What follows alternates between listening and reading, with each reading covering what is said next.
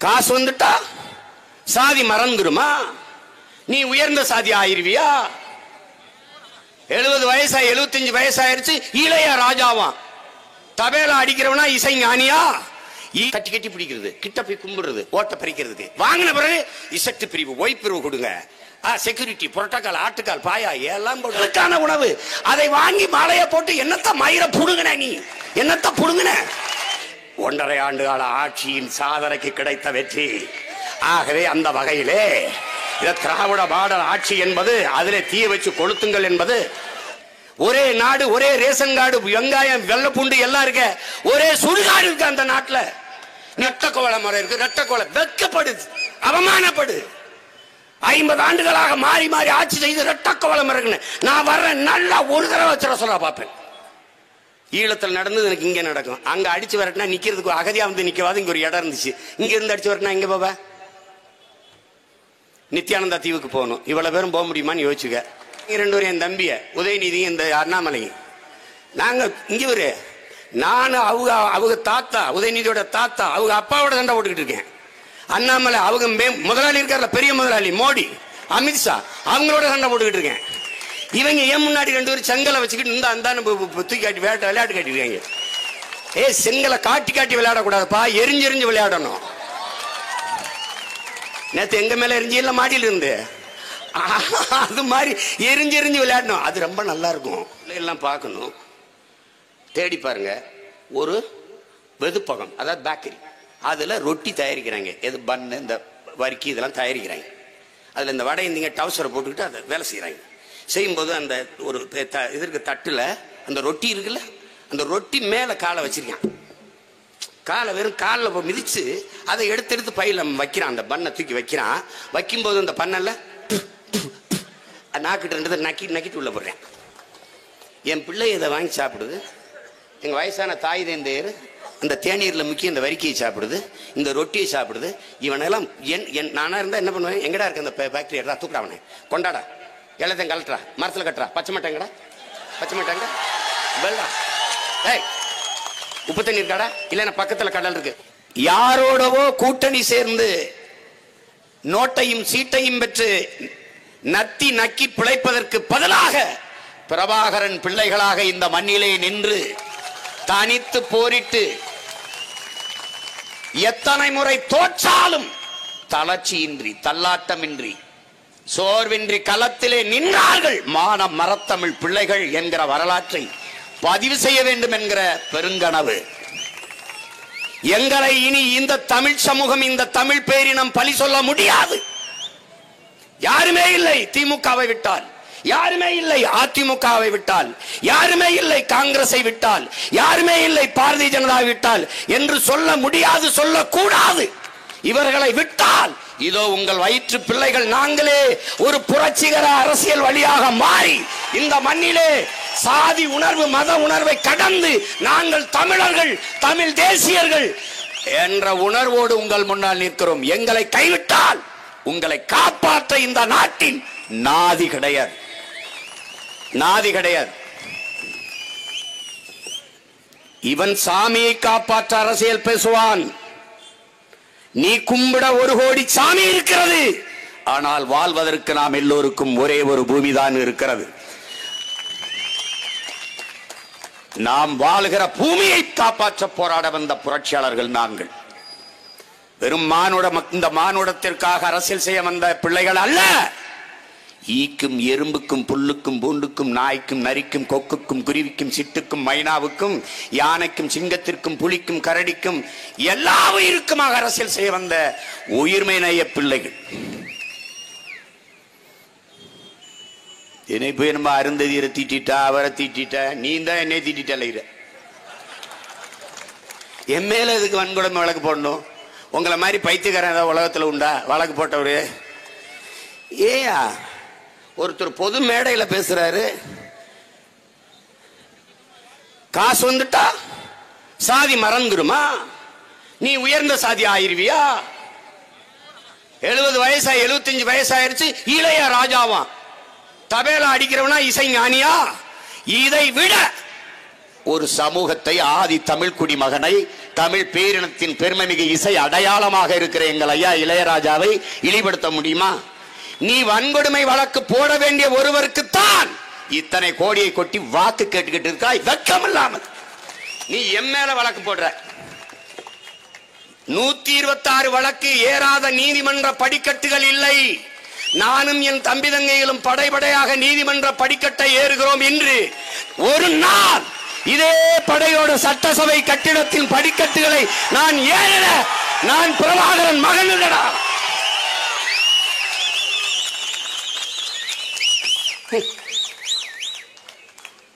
தம்பி, பயம் என்பது எங்கள் பரம்பரைக்கு கிடையாது. ஏன்னா எங்களை உருவாக்கிய தலைவன் அப்படி. சாக துணிந்து விட்டால் எல்லாம் சாதாரணமாயிரும்னு சொல்லி கொடுத்தார். சத்தியத்திற்காக நீ சாக துணிந்து விட்டால் சாமானியனும் சரித்திரம் படைக்க முடியும்.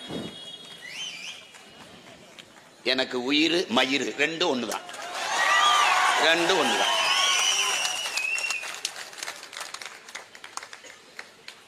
ஐயா பெரியார் சொல்றாரு, சாவுக்கு ஏண்டா பயப்படுற?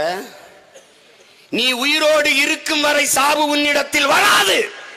சாவு வரும்போது நீ உயிரோடு இருக்க மாட்டாய். எதுக்கு பயப்படுற? எங்களுக்கு கோட்பாடு உண்டு. எங்கள் புரட்சியாளர் அண்ணல் அம்பேத்கர் கற்பித்திருக்கிறார், நான் யாருக்கும் அடிமை இல்லை, எனக்கும் யாரும் அடிமை இல்லை. இதுதான் எங்க கோட்பாடு. இதான்டா சமூக நீதி. ஐயா பெரியார் கற்பிக்கிறார், தான் உயர்ந்த சாதி என்று எண்ணிக்கொள்கிற பெருமக்களே, உங்களுக்கு கீழே எவரும் தாழ்ந்த சாதி இல்லை என்றும் எண்ணிக்கொள்ளுங்கள், பிரச்சனை இல்லைங்கிறார். இதுதான் எங்க கோட்பாடு. இது குடிவெளி கோட்பாடு. உயர்ந்தவன் தாழ்ந்தவன் பிறப்பின் அடிப்படையில் பேதம் கற்பிக்கிற, மானுட பிறப்பில் உயர்ந்தவன் தாழ்ந்தவன் என்று பேதம் பாராட்டுகிற இந்த வர்ணாசிரம கோட்பாட்டை ஒழிக்காத வரை உனக்கு விடுதலை இல்லைங்கிறார் எங்க தாத்தா ரெட்டமலை சீனிவாசன். அடுத்த வார்த்தை என்ன சொல்றாரு? நம்ம எந்த சொல் உன்னை இழி சொல் என்று உன் மீது சுமத்தப்படுகிறதோ அதை எழுச்சி சொல்லாக நீ மாற்றாத வரை உனக்கு விடுதலை இல்லைங்கிறது. அப்ப என்ன சொல்றாரு? இதுல யாரா பறைய? நான் தான் என்று எழுந்துறார். எந்த சொல் உன் மீது இழி சொல்லாக சுமத்தப்படுகிறதோ அதை எழுச்சி சொல்லாக மாற்று, அப்பதான்டா உனக்கு விடுதலை வரும். இப்ப என்ன பாடுற? தமிழன்னா நீ ஒரு இழி மகன் போலவும், ஒரு பாசிஸ்ட் போலவும், ஒரு சாவனிஸ்ட் போலவும், ஒரு இனவெறியவன் போலவும் சொல்லுகிறாய். அதனால நான் என்ன சொல்றேன்? யாராவது தமிழன்? நான் தான்டா தமிழன், நான் தான் தமிழன். ஜூலியஸ் சீசர் சொல்றான், அடுத்தவன் வந்து உன் தகுதியை அறிவிக்கும் வரை காத்திருக்காதே, நீயே எழுந்து சொல் நான் ஆகச் சிறந்தவன் என்று. நான் ஆகச் சிறந்தவன், உலகத்திலே முதல் குடி, உலகிற்கு அறிவியல், நாகரிகம், கலை, கலாச்சாரம், பண்பாடு, வேளாண்மை எல்லாவற்றையும் கற்றுக் கொடுத்த மூத்த இனம் தமிழினம். அது நான் தான். என்கிட்ட வந்து அவரை தாக்கிட்டா இவரை தாக்கிட்டாங்க, குருவிக்கு கொக்குக்கு அரசியல் பேசி ஓடிக்கிட்டு இருக்க, நீ என்னமா பேசிட்டு இருக்கிற? பூச்சி செத்து போச்சுன்னு புலம்பிக்கிட்டு இருக்க, நீ வந்து என்னையை தாக்கிட்ட உன்னையை தாக்கிட்டேன். வரலாறு தெரியலன்னா படி.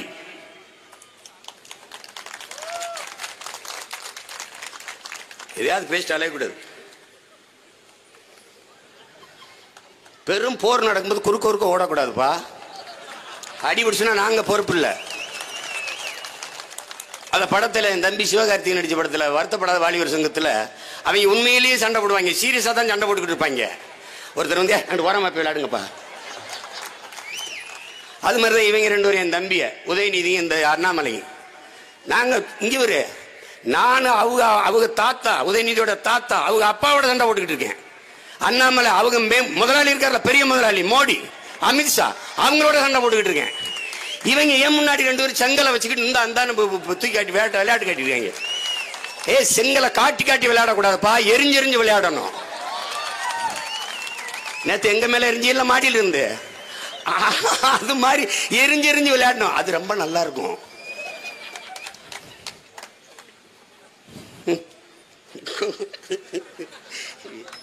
ஐயோ ஐயோ,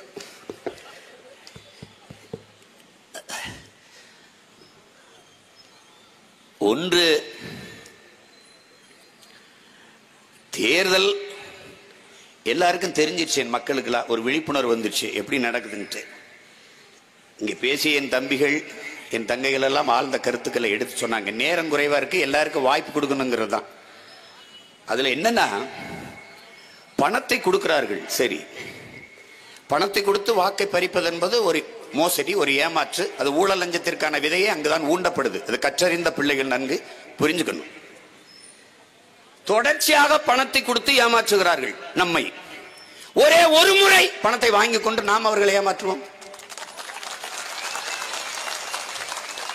60 ஆண்டுகளாக ஏமாற்றி அவர்களை ஒரே ஒரு நாள் ஏமாற்றுவது தவறில்லையே. என்ன காசை வாங்கிட்டு இப்படி ஏமாத்திட்டீங்களே, நீங்க காசை கொடுத்து கொடுத்து 50 வருஷமா எங்களை ஏமாத்திட்டீங்களே, அதான் பதில் இருக்குல்ல.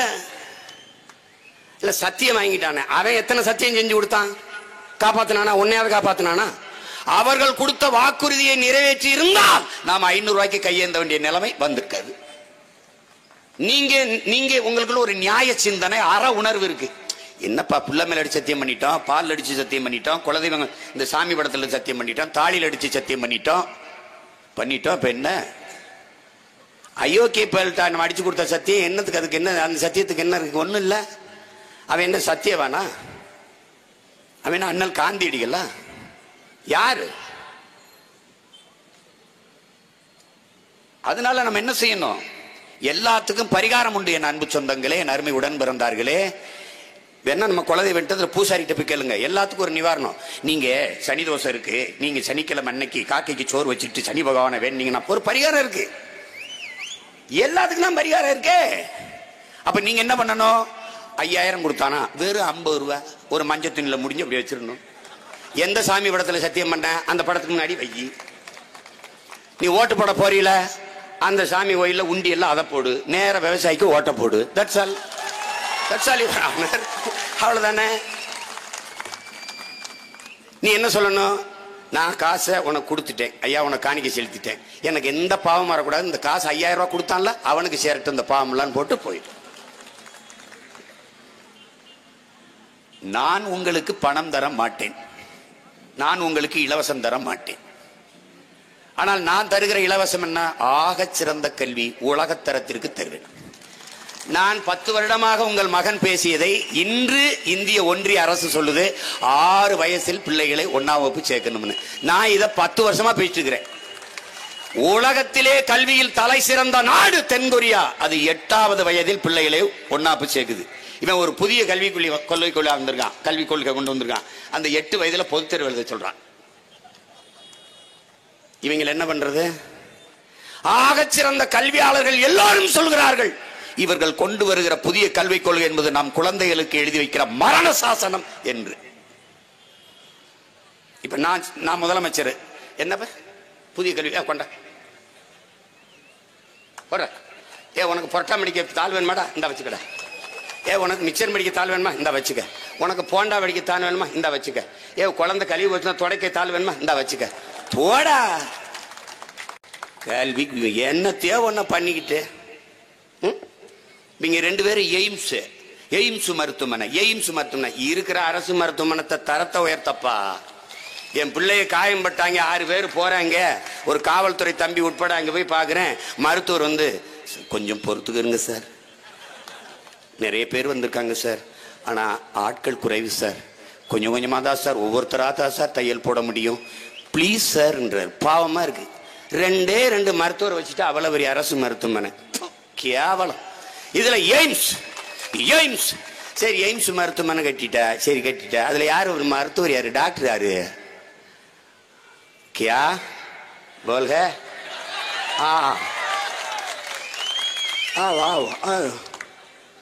அவன் நோயாளி யாரு? எங்க அப்பத்தா.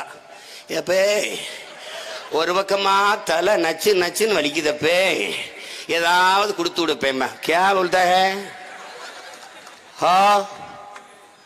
நர்ஸ் யாரு? ஏன் இல்ல. டாக்டர் யாரு? ஏன் இல்ல. நோயாளி யாரு? எங்க அப்பத்தா.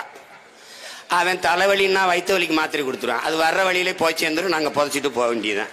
இந்த பைத்தியக்கார பயில டே, என்னடா இந்த நாட்டையும் மக்களையும் உன்னை மாட்டிக்கிட்டு நாங்க படுற பாடு. ஐயா இதுக்கு மேல எந்த குலதெய்வத்தை கும்பிட்டு நம்ம தப்பிச்சு போறதுன்னு தெரியல. நமக்கு ஒரே ஒரு குலதெய்வம் தான் இருக்கு, அது விவசாயி தான். உலகத்துக்கு சோறு ஊத்திய காப்பாத்துற விவசாயி. அதை கும்பிட்டு ஒரு ஓட்ட போட்டு விடு. நீ ஏன் நாட்டை பத்தி கவலைப்படுற? ஐயனாறு சாமி மாறி கருப்பனைய சாமி மாறி நாட்டு எல்லையில் இன்று இந்த நாட்டையும் மக்களையும் பாதுகாக்கிற மகன் நான். நீ அதை பத்தி கவலையே படாத.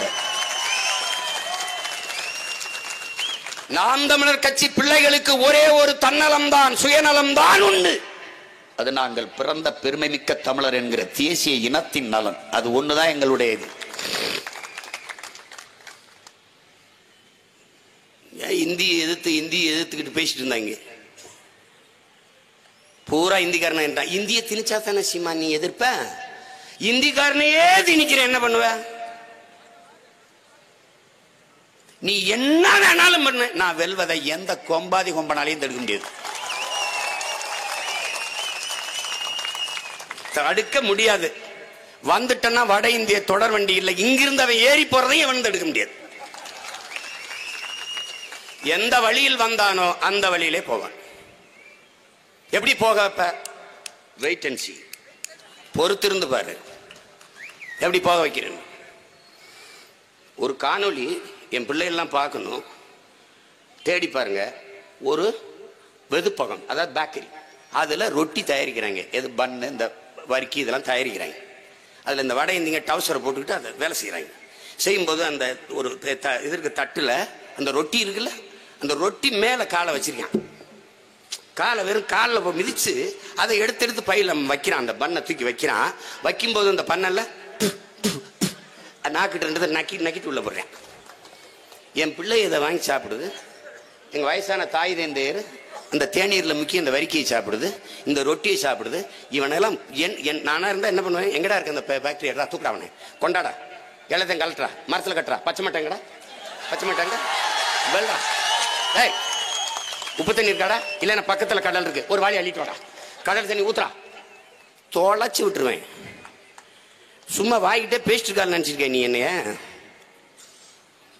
சொல்லு சார், உங்களுக்கு பாதுகாப்பு கொடுக்க முடியாது. நான் தாங்க நாட்டுக்கே பாதுகாப்பு.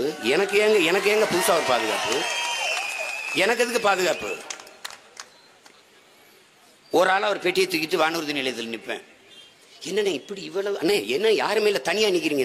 ஏன்டா அதுக்காக 60 பேரை டிக்கெட் போட்டா குட்டி வரும், ஒரு டிக்கெட் 12,000டா. இருடா, எனக்கு ஒன்றும் இல்லைடா, எல்லாம் என் சொந்தக்காரன்டா அப்படின்னு. அவன் என்னமோ பயந்துகிட்டு இருக்காங்க. தேர்தல் நேரத்தில் ஓட்டு கேட்க வர்றான்ல, அப்போ வந்துருங்க நம்ம மக்கள் ஒரு தட்டில் இப்படி ஆரத்தி, இது ஏன் ஆசிட்டு ஊற்றி இருக்குன்னு இன்னைக்கு பயப்பட மாட்டேற? இதுக்குள்ள ஆசிட்டு ஊற்றி இருக்கும் பயப்பட மாட்டேறியே? கிட்ட போய் நின்று நல்லா அது பண்ணிக்கிறியே, அப்போ பயம் இருக்க மாட்டேது. கட்டி கட்டி பிடிக்கிறது, கிட்ட போய் கும்பிடுறது, ஓட்ட பறிக்கிறதுக்கு. வாங்கின பிறகு இசட்டு பிரிவு, ஒய் பிரிவு கொடுங்க, செக்யூரிட்டி, புரோட்டோக்கால், ஆட்டுக்கால், பாயா எல்லாம் போட்டு திரிவா. ஐத்தியக்காரன் எளிமையா இருக்கணும். மக்கள் காசை அவசியம் இல்லாம ₹1 தண்ட செலவு பண்ணக்கூடாது. கொடுமை. இங்கே நண்பிற்குரிய சொந்தங்கள், என் அருமை உடன் பிறந்தார்கள் கவனிக்கணும். அதுவும் படித்த என் தம்பி தங்கிகள் இருவரும் நிற்கிற இளைய தலைமுறை பிள்ளைகள் கவனிக்கணும். அரசியல் என்பது முழுக்க முழுக்க மக்களுக்கான சேவைதான் என்கிறார்கள் பெருந்தலைவர் காமராஜர் அவர்கள். அரசியல் என்பது மக்களின் மீது அதிகாரத்தை செலுத்துகிற விவகாரம் அல்ல, அது மக்களுக்கு ஆற்றப்படுகிற அரும் தொண்டு என்கிறார் என்னுயிர் தலைவன் மேதகவே பிரபாகரன் அவர்கள். இந்த கோட்பாடுகளை உள்வாங்கிக் கொண்ட உங்கள் பிள்ளைகள் ஒரு தத்துவத்தை முன்வைக்கிறோம். அரசியல் என்பது அனைத்து உயிர்களுக்குமான தேவையும் அதை நிறைவு செய்யும் சேவையும் தான் அரசியல். இதான் எங்க கோட்பாடு. என்ன சீமான் எல்லாம் பேசிட்டு? ஆட்டுக்கு அரசியல் இருக்கா? இருக்கு. மாட்டுக்கு அரசியல் இருக்கா? இருக்கு. மாட்டு தீவன விலையேறி போச்சு, கொலை என்று வேளாண்குடி மக்கள் போராடுவது மாட்டுக்கான அரசியல். ஆட்டுக்கு கோமாரி நோய் வந்து விட்டது, மருத்துவ முகாம்களை போட்டு எங்கள் ஆடுகளை காப்பாற்றுங்கள் என்று எங்கள் மக்கள், வேளாண்குடி மக்கள் போராடுவது ஆட்டுக்கான அரசியல். காடுகளில் சிகரெட்டை புகைத்து விட்டு போட்டு விடாதீர்கள், காடு எரிந்து விடும் என்று பலகை எழுதி வைக்கிறமே, எச்சரிக்கை விளம்பரம் செய்கிறமே, அங்கே அது காட்டுக்கான அரசியல். பாலித்தீன் நெகிழி தாள்களை அங்கே போட்டு விடாதீர்கள், அதை மானும் வரையாடும் காட்டெருமையும் தின்றுவிட்டு இறந்துவிடும், அதை போடாதீர்கள் என்று எழுதி வைக்கிறமே, அது மாட்டுக்கும் ஆட்டுக்கும் மானுக்குமான அரசியல். எல்லா வீரர்களுக்கும் அரசியல் இருக்கு உடன் பிறந்தார்களே. நாங்கள் ஏன் மாலையை வாங்குவதில்லை, பூக்களை பெருமையாக ஏந்துவதில்லை? அது எத்தனாயிரம் தேனீகளுக்கான உணவு, எத்தனாயிரம் வண்ணத்து பூச்சிகளுக்கான உணவு, எவ்வளவு வண்டு தேன் சிட்டுகளுக்கான உணவு. அதை வாங்கி மாலையை போட்டு என்னத்த மயிர புடுங்கின, நீ என்னத்த புடுங்கின, என்னத்த புடுங்கின? நீ என்ன வெட்டி முறிச்சு வரி வீர படையை கண்டு அப்படி போக இப்படி வந்துட்ட பீச்சக்கர பயலு ஒன்னும் புடுங்கிறது இல்ல. எல்லாம் என் பங்காளி கதை தான். விளையாட்டுல ஒரு விளையாட்டுலையும் ஜெயிக்கிறதுல தோத்துறது. ஆனா அந்த பாத்திர கடையில் போய் ஒரு நல்ல கப்பை வாங்கிடுறது, அதுல பேரை எழுதிட்டு நிப்பாட்றா நிப்பாட்றா, ஏய் பாடுறா, ஏய் எப்படி எவ்வளவு பெரிய கப்பு அடிசாம்பார் ஜெயிச்சாம்பார்னு வர்றது. அதான் இவங்க என்ன பண்ணுவாங்க, இம்பிட்டு வேலையை செஞ்சு விட்டு 1.5 ஆண்டு கால ஆட்சியின் சாதனைக்கு கிடைத்த வெற்றி. ஆகவே அந்த வகையிலே திராவிட மாடல் ஆட்சி என்பது அதிலே தீ வச்சு கொளுத்துங்கள் என்பது கால கொடுமை. தலைவன் யாரு? எங்கள் ஆங்கில அகராதியில் இங்கிலீஷ் டிக்ஷனரியில் போய் தட்டினால் தமிழன் என்றான் கூலி என்று எழுதி வச்சிருந்தான். இந்த இனத்தில் ஒரே ஒரு தலைவன் பிறந்தான், தமிழன் என்று தட்டினால் புலி என்று மாறிடுச்சு. கூலியாக இருந்த தமிழனை புலியாக மாற்றி எழுத வைத்தவன் எங்கள் உயிர் தலைவன், எங்கள் அண்ணன் மேதகுவே பிரபாகரன் அவர்கள்.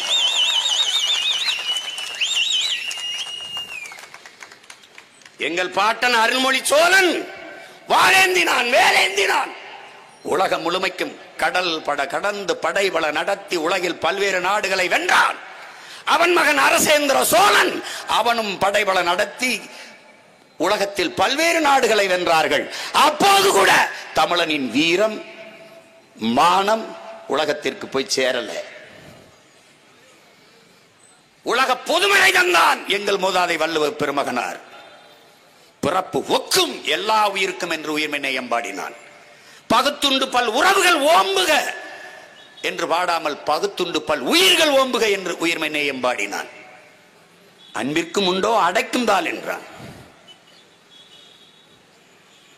ஆகச் சிறந்த வாழ்வியல் நன்னெறியை போதித்த எங்கள் பொதுமறை தந்த எங்கள் பிதாமகன் வள்ளுவ பெருமகனார் காலத்திலும் தமிழன் பெருமை உலகிற்கு சேரல. ஒரு எளிய மகன் வந்தான், ஒரே ஒரு துவக்கை தூக்கினான். உலகம் திரும்பி பார்த்தது. தமிழன் என்றால் யார், அவன் வீணம் என்றால் என்ன, அவன் மானம் என்றால் என்ன, அவன் அறம் என்றால் என்ன என்று. நாம் எல்லோரும் புறநானூற்று வீரத்தை படித்தோம், எங்கள் தலைவன் மட்டும்தான் புறநானூற்று வீரத்தை படைத்தார். அவன் பிள்ளைகள் நாங்கள். இந்த தேர்தல் வெற்றிக்காக நிற்கிறவன் அல்ல உங்கள் மகன் சீமான். என் இனத்தின் தேர்தலுக்காக, இனத்தின் தேர்ச்சிக்காக, அதன் வளர்ச்சிக்காக, அவன் எதிர்கால பாதுகாப்பான நல்வாழ்க்கைக்காக, என் ஆயுதந்தையருக்காக இந்த வேலையை செய்யவில்லை. என்னிலும் இளைய என் தம்பி தங்கைகளுக்கு, அவர்களுக்கு பின்னாடி வரக்கூடிய தமிழ் இளம் தலைமுறையினருக்கு, சந்ததி சந்தையினராக வாழையடி வாழையாக வரக்கூடிய வாழ்வாங்கு வாழ்ந்த தமிழ் சமூகத்தின் பிள்ளைகளுக்காக இந்த மகன் 13 ஆண்டுகளாக கத்திக் கொண்டிருக்கிறேன். இந்த கட்சி ஆரம்பிச்சு அதுக்கு முன்னாடி 25 ஆண்டு.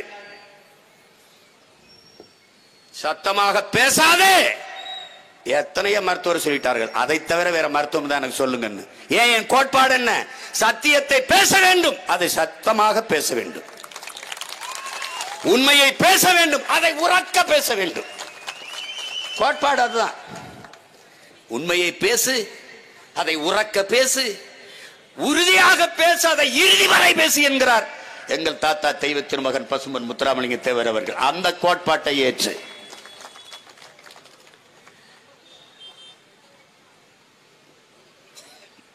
மலர் மாலைக்கு கழுத்தை நீட்டுவதை போல மரணக்கயிற்றுக்கு கழுத்தை நீட்டுவதுதான் உண்மையான வீரம் என்று போதித்தார் தெய்வ திருமகன் எங்கள் தலைவன்.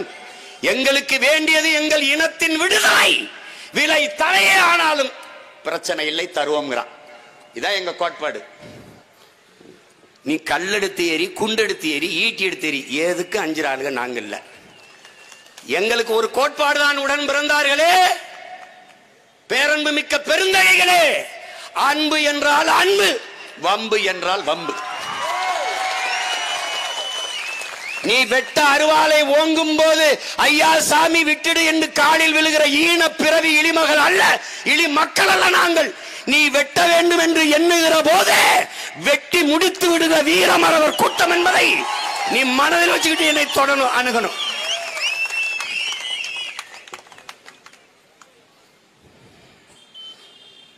எங்க மக்கள்கிட்ட நாங்க உரிமை இருக்கு, எனக்கு வாக்கு கொடுங்கன்னு கேட்க.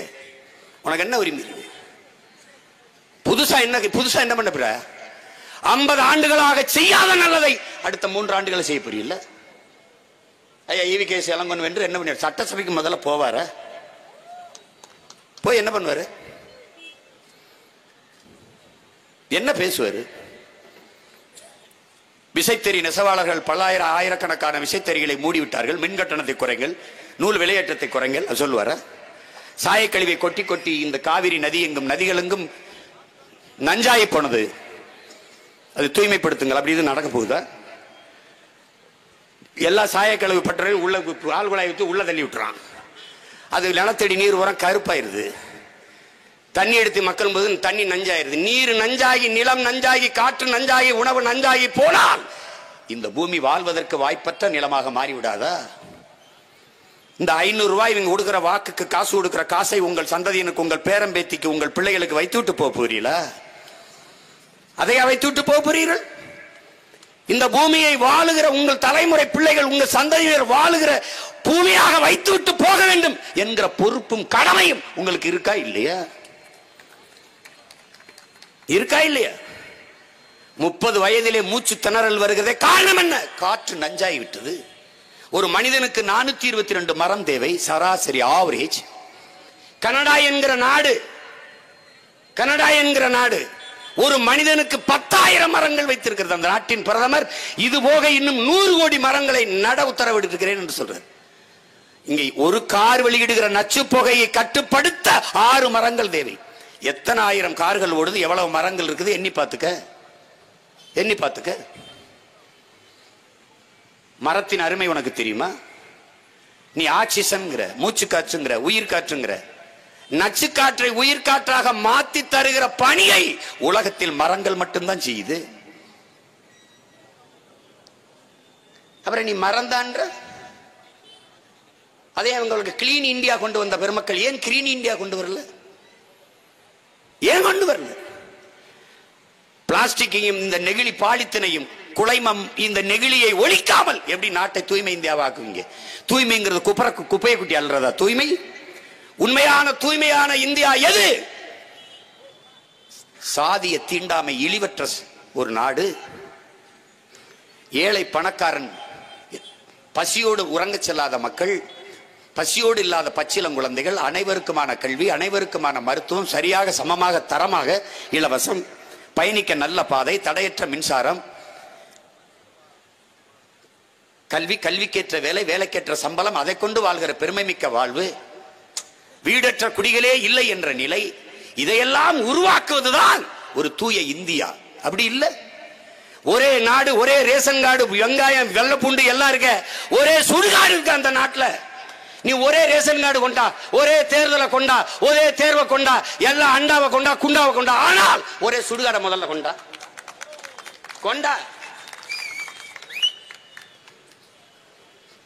இவனை தான் தீண்டாமை வழக்கில் போடணும். நீ எதுக்கு தாழ்த்தப்பட்ட மகளுக்கு தண்ணி தொட்டி கட்டின? என்ன நீ சமூக நீதி பேசுற? நாட்டின் குடிகளுக்கு ஒரு கிராமம் என்றால் ஒரே தண்ணி தொட்டி, பொது தொட்டி. அவன் தெருவுக்கு ஒரு குழாய், இவன் தெருவுக்கு ஒரு குழாய், இவன் தெருவுக்கு ஒரு குழாய், விடு, அவ்வளவுதானே. அப்படி இருந்தா மலத்தை கரைப்பானா? தொட்டி இல்ல கழிவை கரைப்பானா சொல்லு. நீயே தாழ்த்தப்பட்ட மக்களுக்கு என்று தனி தொட்டி கட்டுகிறாய். அப்ப நீதான் தீண்டாமையை கடைபிடிக்கிறாய். உன் மீதுதான் வன்கொடுமை வழக்கு தொடுக்கணும். நான் வந்தா சாத்தியமா தொடுப்பேன். ரத்த கோவல முறை இருக்கு, ரத்த கோவல வெட்கப்படுது, அவமானப்படு. 50 ஆண்டுகளாக மாறி மாறி ஆட்சி செய்து ரத்த கோவல முறை நான் வர்றேன், நல்லா ஒரு தடவை சொல்ல பார்ப்பேன். ஒருத்தனை ரத்த கோவல முறை கடைபிடிக்க சொல்லு. குடிச்சிட்டு தூர போடுற காகித கோவலை வந்துருச்சு, யூஸ் அண்ட் த்ரோ கோவலை. எல்லாருக்கும் ஒரே கோலை கொடு, குப்பை கொடி அங்கே வை, குடிச்சிட்டு போட்டு போ, முடிஞ்சு வச்சு. இதை கொண்டு வர முடியாதா? குடிவாரி கணக்கெடுக்க எடுங்கிற நிதிஷ்குமார் எடுக்கிறாரு பீகார்ல, அகிலேஷ் வலியுறுத்துறான் உத்தரப்பிரதேசத்தில் எடுங்க சாதிவாரி கணக்கெடுப்பு எடுங்கன்னு.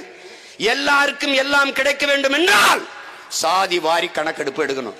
நாங்கள் கேட்பது இட ஒதுக்கீடு அல்ல, இட பங்கீடு, இட பகிர்வு. என்னடா கவுண்டா எவ்வளவு, படையாச்சி எவ்வளவு, எழுது தேவேந்தர் எவ்வளவு, தேவர் எவ்வளவு, தேவர்ல கல்லர் எவ்வளவு, மறவர் எவ்வளவு, சேர்வார் எவ்வளவு, கோணார் எவ்வளவு, முத்தரையர் எவ்வளவு, உடையார் எவ்வளவு, என்ன பிள்ளைமர எவ்வளவு, முதலியார் எவ்வளவு, என்ன அதுல உட்பிரிவு எவ்வளவு, செங்குந்தர் எவ்வளவு, எல்லாம் என்னப்பா என்ன எண்ணி கொடு.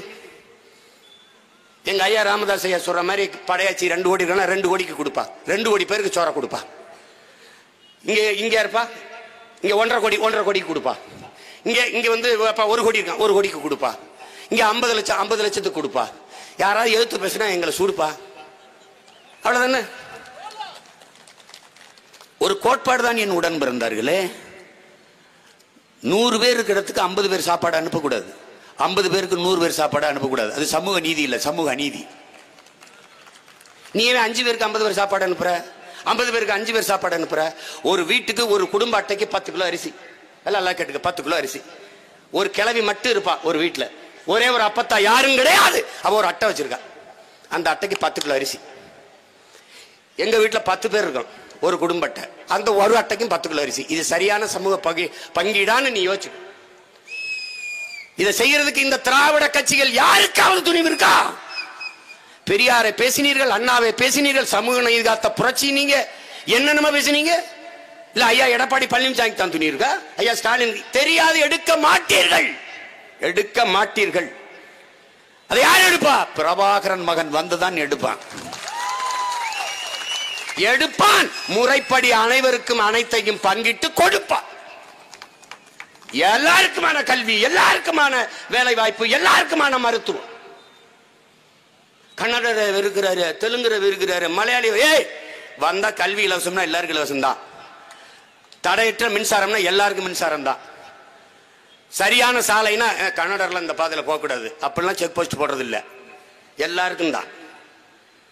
அதை புரிஞ்சுக்கிட்டு வேலை செய்யணும். நாங்க எல்லா மாநிலத்திலையும் வாழ்றோம், தனித்த அரசியல் எங்களுக்கு இல்ல. அந்த மண்ணின் மக்களின் அரசியலோடு கரைந்து கலந்து பயணிக்கிறோம். அப்படி இந்த மண்ணில் தமிழ் தேசிய இன பிள்ளைகள் தங்கள் இன உரிமைக்காக, மண் மீட்சிக்காக, மக்களின் எழுச்சிக்காக, தமிழ் மீட்சிக்காக, தமிழர் எழுச்சிக்காக, மண்ணை காக்க, மக்களின் நலனை காக்க, வளத்தை காக்க போராடுகிற ஒரு அரசியலை கட்டும் போது இந்த நிலத்தில் நீண்ட காலமாக வாழ்கிற எந்த குடியானாலும் இந்த குடிமக்களோடு இணைந்து பயணிக்க வேண்டியது தார்மீக கடமை, பொறுப்பு. இப்ப நான் வந்த பிறகு ஏன் எதுக்குற? தமிழர் நாட்டை தமிழர் ஆளணும்னு மாமா சொல்ற ஆளணுங்க, அவ்வளவுதான். தட்சால் முடிஞ்சு போச்சு. எல்லாரும் இங்க வரும்போது தமிழர் ஆயிக்கிறீங்களா? அது ஏன்? எங்க புரட்சி பாவலன் பாடுறான், எங்கு பிறப்பினும் தமிழன் தமிழனே, இங்கு பிறப்பினும் அயலான் அயலானேன்னு பாடுறான். அது காரணம் என்ன?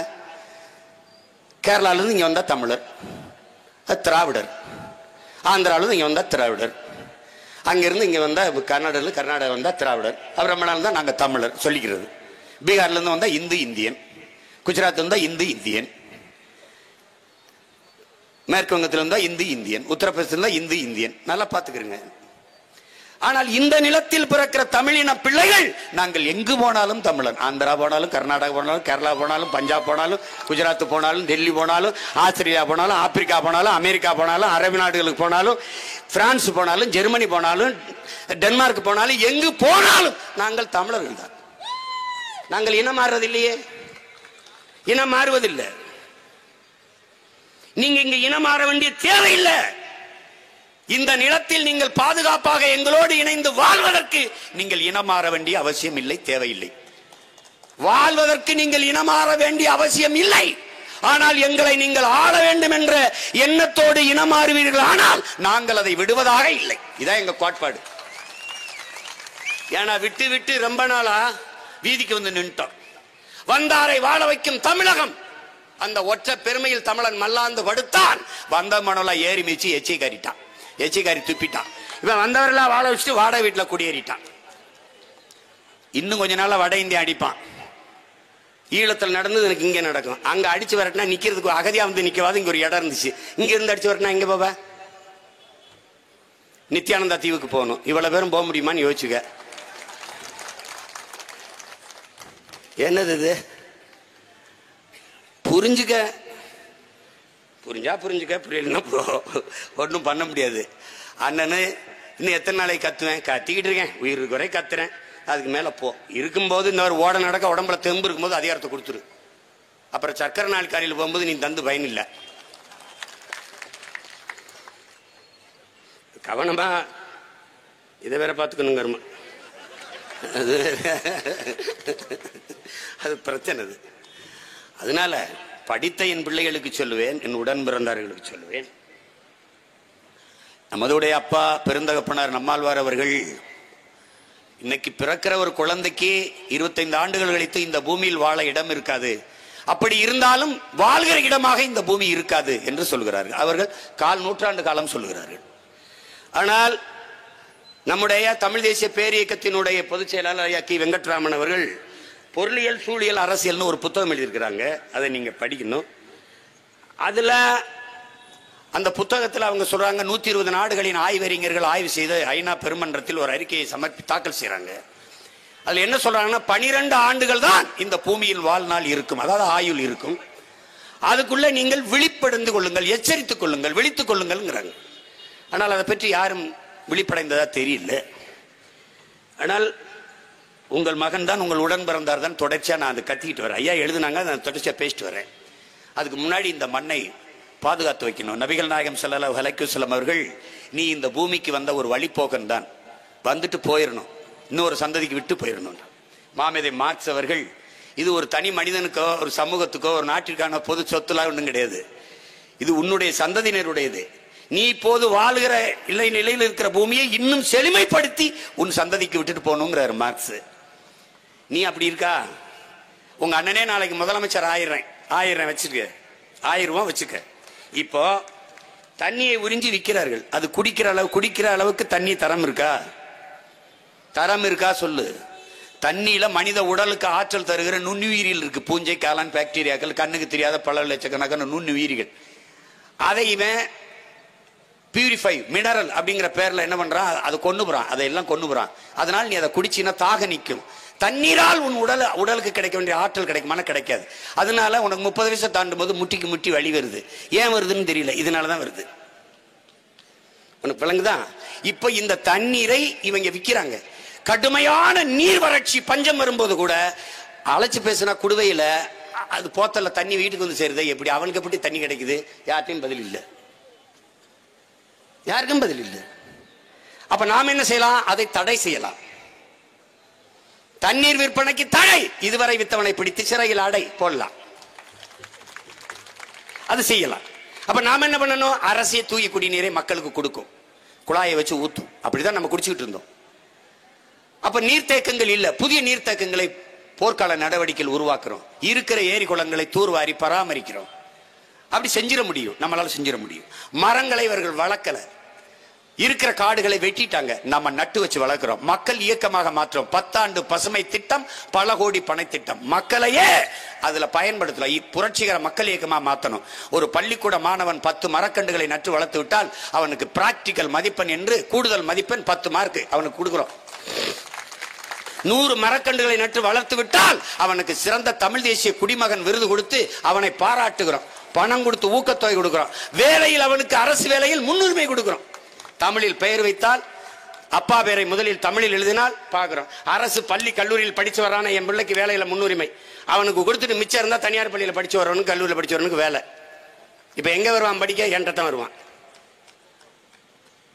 இந்த கல்வி கொள்ளை நின்றும். மருத்துவமனை எனக்கு முடியலையா, முதலமைச்சர் அரசு மருத்துவமனையில் படுத்திருக்காருன்னு வந்த போது எல்லா பையனும் இங்க வந்து படுப்பான். அமைச்சர் படுப்பார், சட்டமன்ற உறுப்பினர் படுப்பார், எல்லாம் படுப்பான். திராவிட மாடல்ல காவிரியில படுப்பாங்க, அப்பளவுல படுப்பாங்க. தமிழ் தேசிய அரசியல்ல தமிழர் தேசிய அரசு நடக்கும் போது எல்லாம் மாறும், தலைகீழா மாறும். இப்ப தண்ணீரை தேக்கி வச்சிடும், மரத்தை நட்டு வச்சிடறோம், செஞ்சிடலாம். ஆனால் மலையை மணலை நம்மால் எப்படி உருவாக்க முடியும்? இதை கற்றறிந்த பிள்ளைகள் பாருங்க. ஆறு எங்கிருந்து வந்தது? என் அன்பு தம்பி தங்கைகளே, அருவியில் இருந்தது. அருவி எங்கிருந்து வந்தது? மலையில் இருந்து. தாயின் முளை மார்பில் பால் போல பூமி தாயின் மலை மார்பில் இருந்து அருவி வந்தது, அருவியிலிருந்து ஆறு வந்தது, ஆறிலிருந்து நீர் வந்தது, நீர்லிருந்து சோறு வந்தது, சோறிலிருந்து வயிறு வந்தது, வயிறிலிருந்து உயிர் வந்தது, உயிரிலிருந்து வாழ்க்கை வந்தது. இதுதான் வாழ்க்கை முறை. இப்ப இந்த ஆறுல மணல் எப்படி வந்தது? அருவி கொட்டும் போது அங்க இருக்கிற சிறு குறு பாறைகளை உருட்டிக்கிட்டு வருது. அது ஒன்னோட ஒன்னு உரசி உரசி சிறு சிறு துகள்களா நொறுங்கி அப்படியே ஆறு மேல படியுது. ஏரியை நாம வெட்டணும், குளத்தை நாம வெட்டணும், கிணற நாம வெட்டணும், கம்மாயை நாம வெட்டணும், தாங்களே நாம வெட்டணும், ஏந்தலே நாம வெட்டணும். ஆனா ஆறை நம்ம உருவாக்கல, அது அருவி உருவாக்குச்சு. அது புரிஞ்சுக்கணும். அதனால ஐயா புலம்பெயர்த்து எப்படி பாடுறாங்க? ஆத்துக்கு பாதை இன்று யாரு தந்தது, தானாக பாதை கண்டு நடக்குது. காற்றுக்கு பாட்டு சொல்லி யாரு தந்தது, தானாக பாட்டு ஒன்று படிக்குது. எண்ணிய யாவும் கைகளில் சேரும், நம்பிக்கை வேண்டும் நெஞ்சுக்குள்ளே. காலையில் தோன்றும் சூரியன் போலே பொன்னொலி வேண்டும் கண்ணுக்குள்ளே. சேரியில் தென்றல் வீசாதா, ஏழை வந்து தீண்டாதா, கங்கையின் தெற்கே பாயாதா, காவிரியோடு சேராதா, பாடுபடும் தோழர்களின் தோள்களில் மாலை சூடாதா. புஞ்சை உண்டு நஞ்சை உண்டு பொங்கி வரும் கங்கை உண்டு, பஞ்சம் மட்டும் இன்னும் இங்கு மாறவில்லை. எங்க பாரதத்தில் சோத்து சண்டை தீரவில்லை. வீதிக்கொரு கட்சி உண்டு, சாதிக்கொரு சங்கம் உண்டு, நீதி சொல்ல மட்டும் இங்கு நாதி இல்லை. சன நிம்மதியா வாழ ஒரு நாளும் இல்லை. இது நாடா இல்ல வெறும் காடா, இதை கேட்க யாரும் இல்லை தோழா. அதை புரிஞ்சுக்கணும். இப்ப மணலை எப்படி நான் உருவாக்குறது? மனித உடலுக்கு தோல், ஆற்றுக்கு மணல். இந்த தோலை சீச்சிட்டா செதுக்கிட்டீங்கன்னா உரிச்சிட்டீங்கன்னா அப்ப காற்றுல மிதந்து வர நோய் தொற்று இருக்குல்ல, அது என் உடல்ல பட்டு நான் 5 நிமிஷத்துல இறந்துருவேன். ஆத்துக்கு மண்ணை அள்ளிட்டீங்கன்னா ஆறு இறந்துடும். இது உயிரியல். இதை தாண்டி அறிவியல் இல்லை. இதை கற்றுக்கொள்ளாமல் அரசியல் இல்லை. இதெல்லாம் தெரிஞ்சுக்காம நீ ஓட்டு போட்டு நான் என்ன பண்ண போறேன்? என்ன பண்ணுவேன்? இதையெல்லாம் நீ கற்றுக்கொள்ளாமல் அரசியல் எது என்றே தெரியாமல் எனக்கு வாக்கு செலுத்தி என்பது என்ன ஆக போகுது? உலகத்தின் தலை சிறந்த நீர் வடிகட்டி, உலகத்தின் தலை சிறந்த நீர் தேக்கி மணல், அந்த மணலை இவர்கள் எப்படி அள்ளி வியாபார பண்டமா ஆக்கினார்கள். இப்ப எங்கிருந்து அருவி வந்ததோ, எங்கிருந்து மணல் வந்ததோ, அந்த மலைகளை நொறுக்கி எம் சாண்ட் மலை மணல் என்று வித்துக் கொண்டிருக்கிறார்கள். உன்னால் உருவாக்க முடியாத ஒன்றை உனக்கு அளிக்கிற உரிமை யார் தந்தது? வளங்களை சுரண்டி கொழுப்பதை எப்படி வளர்ச்சி என்று கட்டமைத்தீர்கள்? யார் உங்களுக்கு கற்றுக் கொடுத்தது? யார்? இந்திக்கார வரலைன்னா உனக்கு வேலைக்கு ஆள் எப்படி கிடைக்கும்? 5 வருஷத்துக்கு முன்னாடி ஆத்தாளப்பன் வீடு கட்டலையா, கருகற்கலையா, கரும்பு வெட்டலையா, வாழை வளர்க்கலையா, தென்னை மரத்தில் தேங்காய் வெட்டலையா? அப்பெல்லாம் என் ஆள்கள் வேலை செய்யலையா? நீ கெடுத்த 24 மணி நேரம் சாராய கடையை திறந்து குடிக்க வச்சு உழைக்கிற திறனை என் இளைய தலைமுறை பிள்ளையிலிருந்து வெளியேற்றின. 100 நாள் வேலை திட்டம் என்ற இளவு திட்டத்தை வைத்து சோம்பி உட்கார வைத்து சம்பளம் கொடுத்த, அது மூளை என்ற உறுப்பு இருக்கிறவன் செய்யற செயலா? அறிவு இருக்கிறவன் செய்யற செயலா? நாட்டை நல்வழியில் ஆட்சி செய்கிறவன் செயலா? மனித அறிவாற்றலை, மனித உடலாற்றலை உழைப்பில் ஈடுபடுத்தி உற்பத்தியை பெருக்குகிற நாடு எதுவோ அதுதான் வாழும் வளர். இது பைத்தியக்காரனு கூட தெரியுமே. அதை விட பைத்தியக்காரன் சொல்ல, சுத்த பைத்தியக்காரன் சொல்லுவாங்க. அந்த பைத்தியக்காரங்க இவங்க எதை செய்யற செயலா? 60 வயசுக்கு மேல இருக்கிற பெண்களுக்கு வேலை வேணா கொடுக்காத. வீட்டில் இருக்க வச்சு ஊக்கத்தொகையை கொடுத்து விடு. இந்த 300 ரூபாய கொடுத்து விடு. ஒரு அலுவலகத்தை போடு. எனக்கு 50 பேர் கருதறக்க தேவைப்படுது, பதிவு பண்ணிட்டு போறேன். 50 பேர் அனுப்பி மேல காட்டுக்கு அறுத்துட்டு கரைக்கு வரும்போது 500 ரூபா கொடுக்குறேன். உன் அலுவலகத்துக்கு வந்தோடனே நீங்க கொடுக்குற 300 ரூபாய் கூட அரசு கொடுக்கறத 800 ரூபாய் கொண்டுட்டு ஆத்தால போய் வீட்டுக்கு போட்டோம். அப்ப விவசாயமும் வாழும், உற்பத்தியும் பெருகும். அதான சரியா இருக்கும். இவங்களை என்ன பண்றது? பச்சை மட்டி வெட்டி அடிக்க முடியாது. எல்லா பணமரமும் மொட்டையாத்தான் இருக்கும். அவ்வளவு மட்டை தேவைப்படும். எத்தனை காலத்துக்கு கத்துறது? வேளாண்மை விட்டு வெளியேறிட்டுனா சோறு எங்க இருந்து வரும்? எத்தனை பேர் உனக்கு சொல்றேன், கையில என்ன செல்போன் என்ன புதுசா இருக்கு? ஆமாண்ணே 10G 11G கஞ்சி தம்பி எத்தனை ஜி உன் கைக்கு வரலாம் தம்பி? கஞ்சி எங்க ஆத்தால விவசாயி தான் ஊத்தணும். நீ சாப்ட்வேர்ல வேலை செஞ்சாலும் சாப்பிட்டு போய் தான் வேலை செய்யணும். நீ பிளைட்ல பறக்கிறது விண்ணூர்தியில போறத வளர்ச்சிங்கிற எஸ் வளர்ச்சி டெவலப். ஆனா அவனுக்கு வயிறு பசிக்கு அது பூமியில இருந்தான் சோறு போகணும். மைண்ட் இட் ஐ சே. தேவையில்லாம போட்டு குழப்பிட்டு அலையாத. விண்வெளியில ராக்கெட் விடலாம், அவனுக்கும் பசிக்குது, ரொட்டி துண்டு பூமியில இருந்தா போகணும். புரியுதா? சும்மா பைத்தியக்காரங்க மாதிரி ஏதாவது பண்ணிட்டு தெரியக்கூடாது. சிந்திக்கணும். உலகத்துல பெரும் பெரும் அறிஞன் சிந்தித்து வச்ச பொக்கிஷங்கள் புத்தகங்கள் இருக்கு, எடுத்து படி. சும்மா பாடத்தை படிக்கிறது பரிச்சை எழுதுறதே கல்வி நினைச்சிட்டு இருக்காத. கலப்பா கண்டுபிடிச்சவனை விட உலகத்துல சிறந்த விஞ்ஞானி இன்னும் பிறக்கல. தூண்டி முள் கண்டுபிடிச்சான் பாரு. இப்படி தூண்டி முள்ள லேசா ஒரு இதை பண்ணி ஒரு நரம்பை வச்சு மீனை பிடிச்சி போடலாம்னு ஒரு புழுவை போட்டு ஏமாத்தி முடிச்சான் பாரு. அவன் தான் ஆக சிறந்த சயின்டிஸ்ட். கோடாரி கண்டுபிடிச்சவன், மண்வெட்டி கண்டுபிடிச்சவன், கடப்பாறை கண்டுபிடிச்சவன். அவன் எந்த பல்கலைக்கழகமானவன்? வள்ளுவனை எல்லா பல்கலைக்கழகத்திலையும் குரலை படிக்கிறீங்களே, வள்ளுவன் எந்த பல்கலைக்கழகத்தில் படிச்சான்? படிப்புக்கு அறிவுக்கும் சம்பந்தம் இல்லை. கற்றறிவு மறந்து போகும், பட்டறிவு மறக்காது. நம் முன்னோர்கள் பட்டதை நமக்கு அறிவு பொக்கிஷங்களாக எழுதி வச்சிட்டு போயிருக்கான். அறிவு பொக்கிஷங்களாக எழுதி வச்சிட்டு போயிருக்கான். மாங்காய் காய்ச்சா மங்கு, புளியங்காய் காய்ச்சா பொங்கும்னு எழுதுறான். என்னடா மங்கும் பொங்கும்னு ரைமிங் அண்ட் டைமிங் எழுதிருக்கானடா. அதெல்லாம் இல்ல. மாம்பு உதிராமல் அதிகமாக காய்ச்சால் பருவ காற்று வீசல போய்த்திருச்சுன்னு அர்த்தம். மாங்காய் காய்க்கல அப்படின்னா பருவ காற்று சரியா வீசிருக்கு, பருவமழை பொய்க்காதுன்னு அர்த்தம். அப்ப பருவமழை சரியா பெஞ்சா விவசாயம் நல்லா விளையும் அர்த்தம். இதெல்லாம் அவன் பட்ட அறிவில் எழுதுனது. அதுக்குதான் வெயிட் பண்றேன்.